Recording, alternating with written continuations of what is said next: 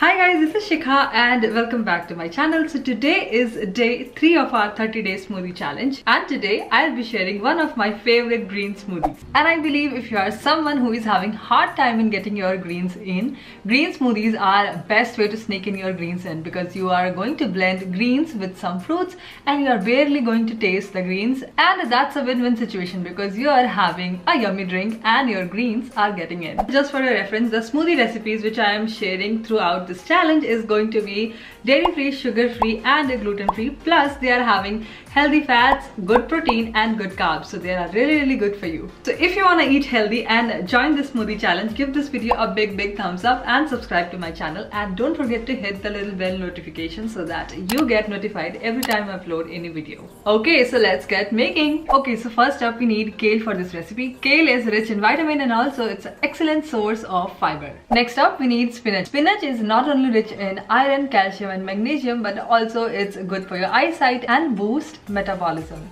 Next ingredient is a banana, and this one keeps you full and energized. Plus it's rich in potassium and even contains protein. An apple a day keeps the doctor away. So next ingredient is an apple, and this one is rich in antioxidants. Next ingredient, coconut yogurt. Next ingredient is lemon, which helps in detoxification process and keeps your body alkaline. Plus it's rich in vitamin C, so it reinforces your immune system. Next up we need coconut water for hydration.